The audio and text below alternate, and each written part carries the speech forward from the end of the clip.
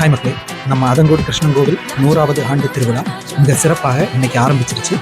இந்த 100வது ஆண்டு திருவிழாவை சிறப்பிக்கும் விதமாக இன்னைக்கு லட்சதீபம் கேரளா ஸ்டைலில் மிக சிறப்பாக மிக பிரம்மாண்டமாக பண்ணாங்க. அதை தான் நம்ம இந்த வீடியோவில் பார்க்க போகிறோம். இதோட ஃபுல் வீடியோ நம்ம யூடியூப் சேனலில் அப்லோட் பண்ணியிருக்கேன், பாருங்கள்.